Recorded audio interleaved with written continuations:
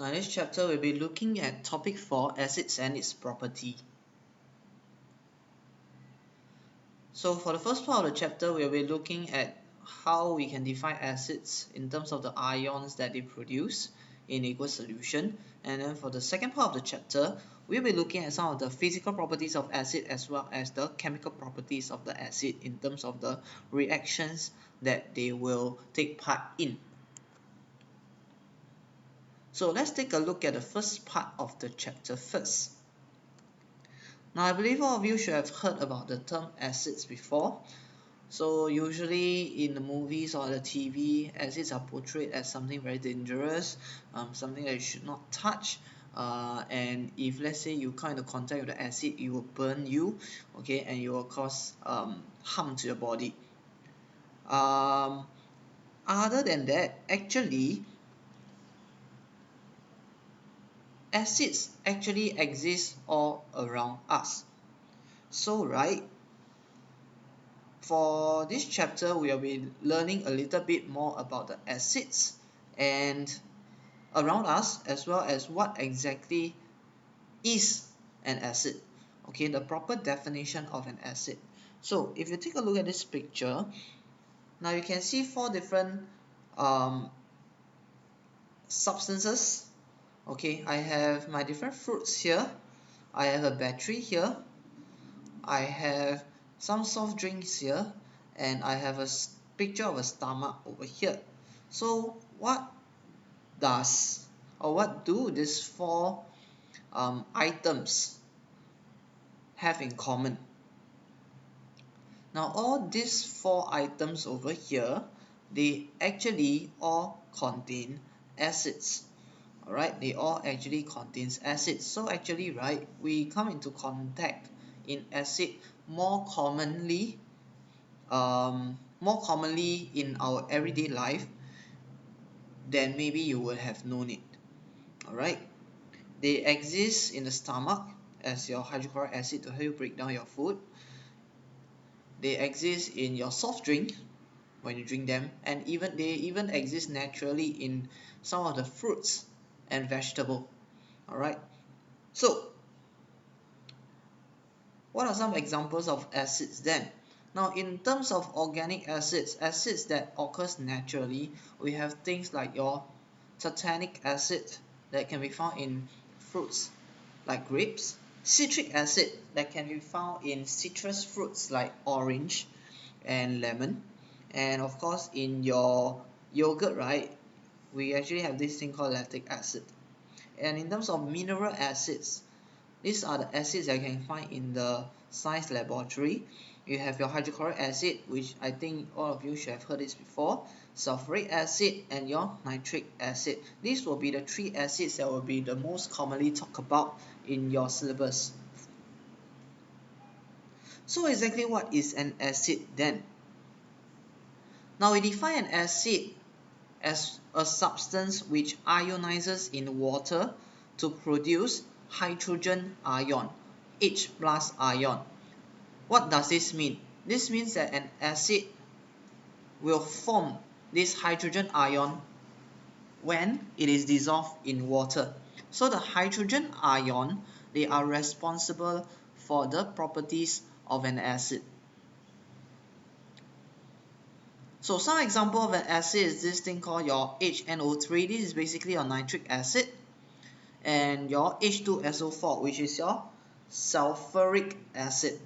Alright, so when I dissolve your nitric acid in water and your sulfuric acid, when it's in water, it will form your H+ ion. Alright, so if I put it into a table form, this will be how it looks like. So these are the 3 common acids that I talked about just now: your hydrochloric acid, nitric acid, and your sulfuric acid. Now the chemical formula of the acids are written over here. Your hydrochloric acid is your HCl, nitric acid, as I've introduced just now, is HNO3, and then your sulfuric acid is your H2SO4. And in water, alright, it will ionize. That means it will form ion, and these are the ions that are produced for the 3 different acids. Okay, what is common is the presence of your H plus ion, this hydrogen ion. This makes them an acid.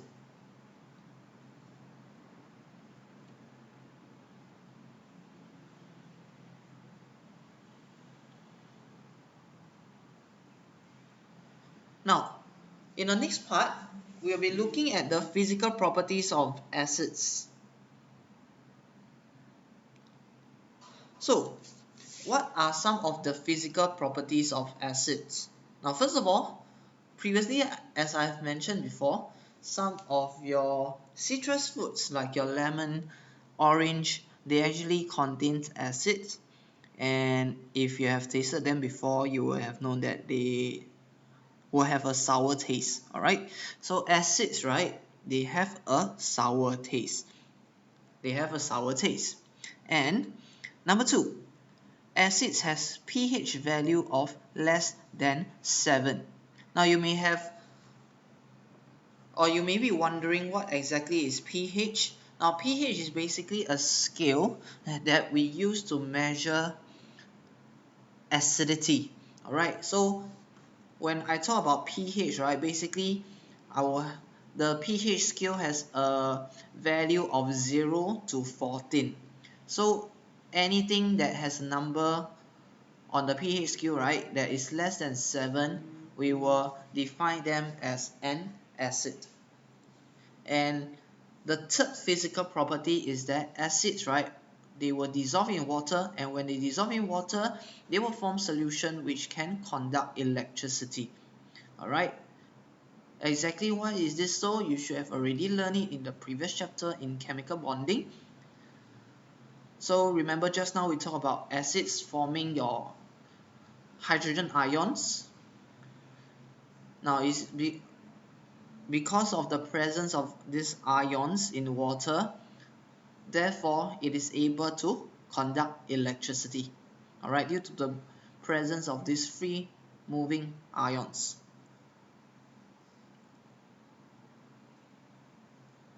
Now the next part of the chapter that I want to talk about is this thing on the indicators. What exactly are indicators? Indicators are basically substances which will show different colors, okay, when I add them to acid. So these indicators basically help us to indicate whether or not a substance is acidic or not. So it actually helps us to tell us whether a substance is acidic or not. So we're going to be learning about some indicators, and of course some color changes of some common indicators. So first one, now the first indicator that you'll be learning about is this thing called the blue and red litmus paper.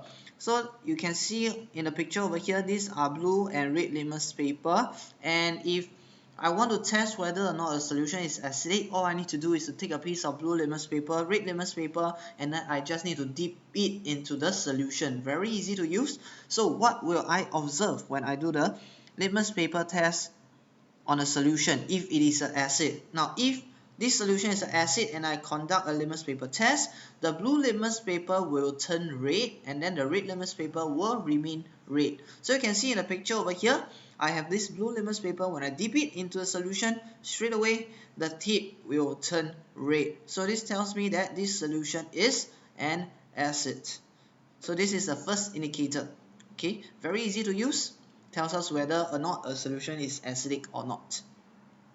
Now, the second indicator is what I call the methyl orange. Now, this indicator is actually a solution. So, what I need to do is that I just need to take a drop of this solution. I will add it into the solution that I want to test to see whether it's acidic or not. So, what will be observed? Okay, acids will turn this orange, methyl orange. Okay, at the start it will be orange, right? If let's say I drop a drop of this methyl orange into a solution that is an acid, it will turn red, as you can see over here on the left hand side of the picture. So this will tell me that the solution is an acid. Last but not least, the last indicator that you need to learn is this thing called the universal indicator.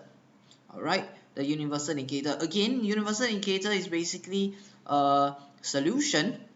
So it's a mixture of all the indicators actually. So all we need to do is to add a few drops of this universal indicator to the solutions that we want to test. And at the start, right, your universal indicator is green in color.